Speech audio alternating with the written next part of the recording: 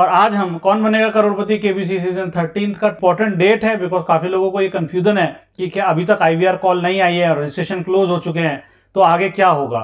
सो आज इस क्वेश्चन को हम डिटेल में देखेंगे और काफी सारे कमेंट्स आ रहे थे, उन क्वेश्चंस को भी हम यहाँ एक ही वीडियो में कवर कर लेंगे। तो आज का वीडियो बहुत इंपॉर्टेंट होने वाला है, आपके सारे डाउट आज तक की डेट के यहाँ पर क्लियर होंगे। So let's start. So question जो मुझे सुनने में मिल रहे हैं और लोग मुझसे पूछ रहे हैं और आप लोगों के दिमाग में होंगे वो है, what will happen if I miss the call. अगर मुझसे कॉल मिस हो गई आईवीआर की तो क्या होगा। रजिस्ट्रेशन कंफर्मेशन का क्वेश्चन मुझसे पूछा जाएगा या नहीं, एज रिलेटेड या लैंग्वेज रिलेटेड मुझे ऑप्शन मिलेगा या नहीं। और एक फास्टेस्ट फिंगर फर्स्ट रिलेटेड भी एक इंपॉर्टेंट क्वेश्चन उसमें कई बार पूछा जा रहा है आईवीआर में। इसी तरह से बाकी क्वेश्चंस भी आईवीआर से रिलेटेड जो पूछे जा रहे हैं हम यहाँ पर कवर करेंगे और ये भी देखेंगे कि कैसे हम ये डिसाइड करें कि अभी यहाँ तक हमें कॉल नहीं आई है तो क्या हमारे चांसेस हैं। कुछ लोगों ने पूछा है कि हमने IVR call I but 2 questions का सही आंसर दिया, फिर ऑटोमेटिकली कॉल कट हो गई, वो भी एक क्वेश्चन हम यहाँ पे कवर करेंगे।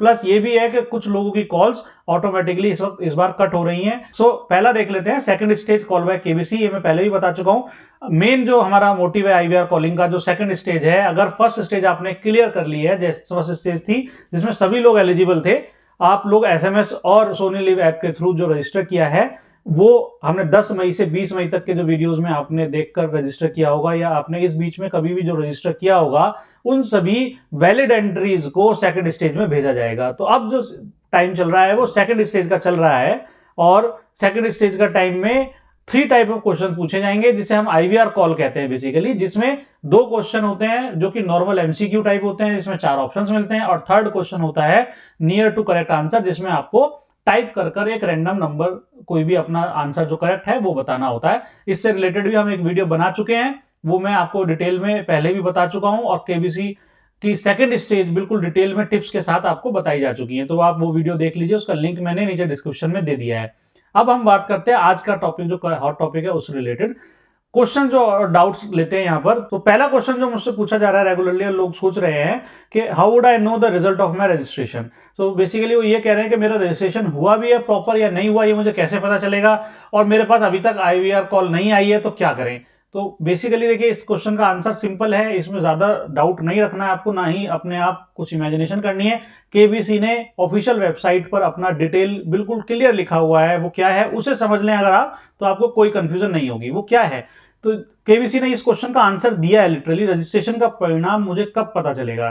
तो उसका उत्तर उन्होंने दिया है कि यदि आपके द्वारा प्रदान किया गया उत्तर वैध और सही दोनों था और आपको पूर्व निर्धारित आरक्षण मापदंडों के आधार पर रैंडमाइजर द्वारा सिलेक्ट किया गया होगा, तो आपके उस सवाल के रजिस्ट्रेशन लाइन बंद होने के तारीख से लगभग 7 दिवस के अंदर हमारा कॉल आएगा। तो देखिए यहां पर आप इस चीज को अच्छे से समझिए कि केबीसी क्या कह रहा है। केबीसी कह रहा है कि आपको जो 10 मई से 20 मई तक के लिए आपने एसएमएस और सोनी लिव ऐप के थ्रू रजिस्टर किया है, वो एंट्री आपकी एक तो सही होनी चाहिए 1, और दूसरा वो सही फॉर्मेट में भी होनी चाहिए। यानी सही और वैध दोनों 2 वर्ड यहां पर मेंशन किए हैं, इसे फोकस करना है। तो दोनों होना चाहिए, वो वैलिड भी होना चाहिए और सही भी होना चाहिए, यानी कि आपका ऑप्शन जो भेजा आपने वो भी सही होना चाहिए और वो सही फॉर्मेट में टाइमली रजिस्टर होनी चाहिए। उस बेसिस पे आपकी वो एंट्री रजिस्टर हो जाएगी और जो इनका सॉफ्टवेयर है रैंडमाइजर, उसके दौरान एक लक फैक्टर जो आपका काम करता है, अगर आप शॉर्टलिस्ट हो गए तो 7 दिनों के अंदर अंदर हमारा कॉल आएगा। सो अब यहां पर समझने वाली बात यह है कि जो रजिस्ट्रेशन 10 मई से शुरू हुए थे और 20 मई को खत्म हुए, तो अगर हम देखें और आपने 20 मई तक भी रजिस्टर किया है तो उससे भी अगर आप कैलकुलेट करें तो अगले 7 दिन यानी कि 26 मई और 27 मई तक भी आप एलिजिबल हैं। लेकिन अगर किसी ने अपना लास्ट रजिस्ट्रेशन 15 तारीख को ही किया था, 15 तारीख के बाद उसने कोई सवाल का जवाब नहीं दिया था, तो उसका जो दिन है 15 तारीख वाला वो आज 22 मई तक कैलकुलेट होगा और इसी तरह से आगे वाला। तो अगर आप लोगों ने सारे क्वेश्चन के आंसर दिए सभी दिनों पर, तो 20 मई तक की भी वैलिडिटी के हिसाब से आपको अभी भी 25, 26, 27 इन डेट्स तक कॉल आ सकती है। तो आप इस बात से बिल्कुल परेशान ना हो कि मुझे अभी तक आईवीआर कॉल नहीं आई है, बाकी लोगों को मैं सुन रहा हूं। तो देखिए 2 फैक्टर है, एक तो सही आंसर वैलिड आंसर, दूसरा एक लक फैक्टर तो है ही, लेकिन अभी भी हमें नाउम्मीद नहीं होना है क्योंकि टाइम वाइज भी हमें पता है कि अभी भी आईवीआर कॉल्स आएंगी, आईवीआर कॉल आना बंद नहीं हुआ है। आई होप इस क्वेश्चन का आंसर आपको बिल्कुल क्लियर हो गया होगा। नेक्स्ट क्वेश्चन देखते हैं कि लेवल 2 जो सेकंड स्टेज है उसमें कितने लोगों को कॉल आएगी। ये भी एक इंपॉर्टेंट क्वेश्चन है कि भाई लाखों लोग अप्लाई कर रहे हैं बट लोग कितने लोगों को कॉल आएगी, तो ये भी केबीसी ने बिल्कुल क्लियर लिखा हुआ है। कि लगभग 40,000 वैध सही प्रविष्टियों को चेन रैंडमाइजर सॉफ्टवेयर द्वारा किया जाएगा। तो ये कंफर्म है, इसमें कोई डाउट नहीं है कि चाहे 1 करोड़ लोगों ने रजिस्टर किया हो एसएमएस और लाइव के थ्रू, बट 40,000 लोगों को ही रैंडमाइजर सिलेक्ट करके आईवीआर कॉल के लिए सिलेक्ट करेगा। और उसके लिए भी उन्होंने जोन बांटे हुए हैं और उनकी एक कैलकुलेशन है जिसके परसेंटेज के बेसिस पर वो कॉल करते हैं, जिसमें दिल्ली और मुंबई में इन 40,000 में सबसे ज्यादा कॉल्स आएंगी। अब एक लोग मुझसे सवाल पूछते हैं या लोगों के दिमाग में कंफ्यूजन है कि एक ही मोबाइल नंबर से मैंने कई बार रजिस्टर किया है तो क्या मेरे चांसेस बढ़ जाएंगे। तो देखिए, चांसेस बढ़ना एक अलग मैटर है, बट केबीसी ने यहाँ पर क्लियर लिखा है कि एक ही मोबाइल टेलीफोन नंबर से कई प्रविष्टियों पर रैंडमाइजर सॉफ्टवेयर विचार करेगा। यानी कि अगर आपने मल्टीपल एंट्रीज की हैं तो रैंडमाइजर सॉफ्टवेयर में आपके चांसेस बढ़े हैं। जब किसी मोबाइल नंबर को चुना जाता है तो इसे किसी भी दौर के दौरान दूसरी बार नहीं चुना जाता है। मतलब आपने कितनी बार भी एसएमएस किया हो, डेली किया हो, 10 बार किया हो, अच्छी बात है, वो आपके चांसेस बढ़ाता है। बट अगर आपको एक बार रैंडमाइजर ने चूज कर लिया तो बाकी जगहों कि जो आपकी रजिस्ट्रेशन की एंट्रीज थी उन्हें फिर वो मान्य नहीं करेगा। आपको जो कॉल आएगी आईवीआर की वो उसी एक रजिस्टर्ड मोबाइल नंबर की एंट्री जो आपकी सिलेक्ट हुई है उसी बेसिस पर आएगी। तो ये हमारा इस क्वेश्चन का आंसर हुआ। नेक्स्ट देखते हैं आईवीआर कॉल में क्या होगा। अगर आप सोचें कि उसका प्रोसेस क्या है और वो कैसे फ्लो होती है, तो एक IVR call generated auto generated call होती है, कंप्यूटर की तरह जैसे आती है, और उसमें वो आपसे लैंग्वेज सेलेक्ट करने का ऑप्शन पूछेगा या नहीं, बिल्कुल पूछेगा। तो आप अपना लैंग्वेज ऑप्शन उसमें चूज कर सकते हैं। Next, registration confirmation. ये एक बहुत इंपॉर्टेंट बात है। आपने जिस नंबर से रजिस्टर किया है, एसएमएस भेजा है या सोनी लिव ऐप पे लॉगिन किया है, उसी पर कॉल आएगी 1, और आपसे वो ये जरूर पूछेगा कि आपने रजिस्ट्रेशन किया है या नहीं किया है। अगर जैसी तो कुछ लोग गड़बड़ी में ये समझ नहीं पाते वो क्या पूछ रहा है और वो गलत बटन दबा देते हैं। आपने रजिस्ट्रेशन किया है इसीलिए आपके पास कॉल आई है, तो आपको वहां पर कंफर्म करना है कि हाँ मैंने रजिस्ट्रेशन किया है। सो इसमें एक और ऑप्शन, एक और कमेंट में यहाँ पे ले लेता हूँ जो मैं पूछा है कि सर मुझसे कॉल मिस हो गई। ये एक बहुत इंपॉर्टेंट चीज है कि मुझसे अगर कॉल मिस हो गई तो मैं क्या करूंगा, तो क्या मुझे दोबारा कॉल आएगी? जी बिल्कुल, इसका प्रोविजन बनाया है केबीसी ने। उन्होंने कहा है कि यदि रजिस्ट्रांट व्यस्त है या उपलब्ध नहीं है तो पिछले प्रयास के समय से प्रत्येक 30 मिनट के अंतराल पर रजिस्ट्रांट को कॉल करने के 2 और प्रयास किए जाएंगे। तो आपको घबराने की जरूरत नहीं है। आपको सीधे समझना है कि अगर आप उस टाइम पे आपका नंबर एंगेज था या आपसे कॉल मिस हो गई तो भी आपको 30-30 मिनट के गैप पर दोबारा कॉल्स ट्राई की जाएंगी, और उसके बाद आपको लैंग्वेज ऑप्शन का सिलेक्शन का टाइम मिलेगा, ऑप्शन 1 ऑप्शन 2। उसके बाद आपको क्या करना है, जब आपसे ये पूछा जाएगा कि क्या आपने रजिस्ट्रेशन किया है, तो उसके बाद रजिस्ट्रेशन कंफर्मेशन आपको देना है कि आपने रजिस्ट्रेशन किया है, तो उसके लिए आप 1 दबाएं, और उसके बाद वो आपसे रजिस्ट्रेशन अगर आप कहेंगे कि मैंने किया है तो आपकी डिटेल्स वेरीफाई करेगा। ये वही डिटेल्स होंगी जो आपने सोनी लिव ऐप पर आपने एज और जेंडर रिलेटेड डाली हैं और ऐसे ही आपने एसएमएस में भेजी हैं। अगर आपको याद हो तो आप एसएमएस में अपना जेंडर और एज भेजते थे।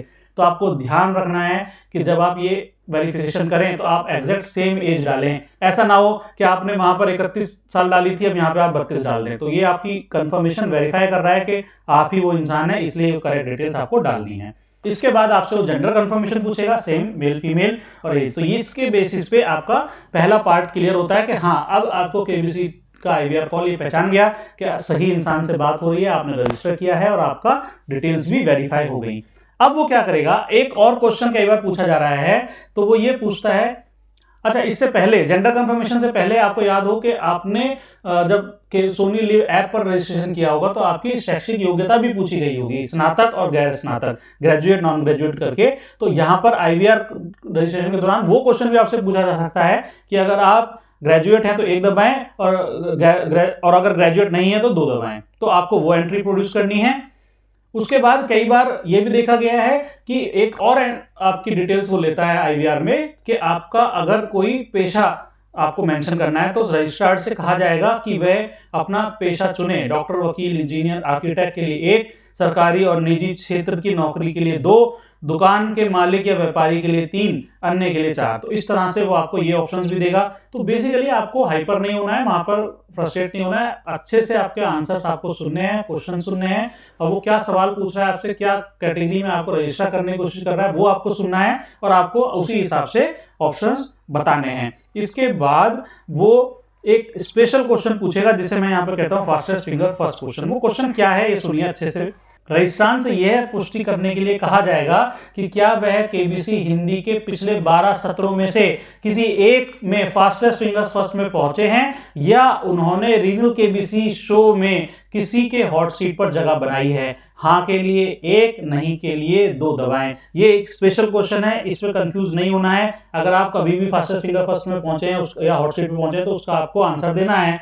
और यदि रजिस्ट्रांट हाँ का चयन करते हैं तो आईवीआर रजिस्ट्रांट को बताएगा कि वे आगे भाग नहीं ले सकते और कॉल वहीं पर काट दिया जाएगा, आपसे सवाल नहीं पूछे जाएंगे। यानी कि अगर आप फास्टेस्ट फिंगर फर्स्ट और हॉट सीट तक किसी वे में पहुंचे हैं तो आपके लिए ये चीज कोई वैल्यू नहीं रखती। अब आपको दोबारा नहीं मौका मिलेगा, इसलिए वो वहीं पर कट हो जाएगा। ये सारी एंट्रीज करेक्टली एंटर होने के बाद आपके पास ऑप्शन आएगा कि वो आपसे वो मेन क्वेश्चन पूछे जाएंगे जिसकी वजह से ये आज कॉल की गई है आपको, जिसमें पहले 2 क्वेश्चन आपको आईवीआर के थ्रू जो मिलेंगे वो मल्टीपल चॉइस क्वेश्चन होंगे जिसमें 4 ऑप्शंस मिलेंगे, आपको करेक्ट आंसर देना है। और तीसरा क्वेश्चन जो कहते हैं जिसे NTC nearest to correct answer वो देना है, जिसके बारे में हम ऑलरेडी बात कर चुके हैं। कई क्वेश्चंस और कमेंट्स आए हैं मेरे पास कि सर कॉल बीच में डिस्कनेक्ट हो गई है, या कुछ लोगों ने पहले क्वेश्चन का आंसर दिया, दूसरे क्वेश्चन का आंसर देना इतना डिले हो गया कि वो ऑलरेडी कट हो गई। तो इसके लिए टाइम लिमिट वगैरह कितनी है क्वेश्चन का देने के लिए, तो ये देखिए आपको ध्यान रखना है कि हर सेकेंड आपके लिए इंपॉर्टेंट है यहाँ पर। और नॉर्मली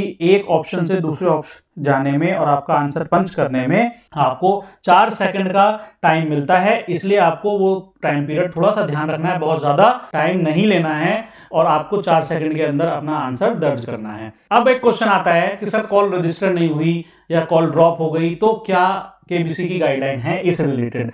तो देखिए केबीसी ने 4 ऐसे कारण बताए हैं, वो क्या है? लाइन व्यस्त होने पर, जवाब ना मिलने पर, कॉल ड्रॉप होने पर, अन्य कारण जिनसे फोन पर संपर्क नहीं हो पाता और बीच में ही बंद हो जाता है। तो इन 4 कारण और इसके अलावा भी और कारण के बेसिस पर केबीसी ने यह डिक्लेयर किया है कि केबीसी रिस्पॉन्सिबल नहीं है। लेकिन आपको यहां पर होप नहीं छोड़नी है। रीजन मीन कि हमने ये देखा है पिछले एक्सपीरियंसेस में, पिछले साल के एक्सपीरियंस में, कि काफी लोगों की कॉल लास्ट मोमेंट पे आके ड्रॉप हो गई थी बट रजिस्ट्रेशन हो चुका था। आपने पहले रजिस्ट्रेशन की सारी एंट्रीज करेक्ट दी और इस तरीके से भी आपका रजिस्ट्रेशन हो गया था, वैलिड हो गई थी वो एंट्री, तो इसलिए कॉल आने के चांसेस पूरी तरह से बने रहते हैं। Next, common mistakes and tips for IVR. देखिए ये बहुत एक डिटेल अच्छा वीडियो था, हमने बनाया था, मैंने इस पोस्टर को आपको लिए रेफर कर दिया है, इसका लिंक आपको डिस्क्रिप्शन मिल जाएगा। तो आईवीआर में किस तरह से आंसर देना है, क्या कॉमन मिस्टेक्स और टिप्स लोग करते हैं, उसके बारे में हम डिटेल में इस वीडियो में बात कर चुके हैं। I humbly suggest you please go through this video, do not miss this video, because आपके पास जब आईवीआर कॉल आएगी ये वीडियो आपके लिए बहुत हेल्पफुल रहेगा। इसमें हमने सारा डूज एंड डोंट्स डिस्कस किया हुआ है। सो आप इस वीडियो को जरूर देखें और इसी तरीके से आप मुझे कमेंट में बताएं कि किस किस को अभी तक कॉल आई है, किसको नहीं आई है, और आपके कोई भी क्वेश्चंस हो आप मुझे कमेंट बॉक्स में लिखकर भेजिए। मैं पूरी तरह से ट्राई करूंगा आपको सही आंसर देने का। आगे के लिए जुड़े रहिए। हम केबीसी सीजन जब तक भी चलेगा हम तब तक केबीसी से रिलेटेड डेली कोई ना कोई अपडेट आपको डेली बेसिस पर देते रहेंगे। अभी नेक्स्ट सेकंड स्टेज के बाद स्टेज 3 भी कंफर्मेशन शुरू होने लगी है, उसके बारे में भी हम डिटेल वीडियो बनाएंगे। और साथ के साथ हम आपके केबीसी के जो हॉट क्वेश्चंस हमारी नजर में हमें लगते हैं, या मेरा जो बेस्ट गेस है, उस बेसिस पर करंट अफेयर के जो भी टॉप क्वेश्चंस होंगे हम उनको भी आपके लिए डेली लाएंगे ताकि आपकी जीके भी अपडेट होती रहे। तो thank you all, please subscribe for more videos. I wish all the participants a very best for second stage for winning the KBC as well. Thank you, take care in this COVID time. Thank you.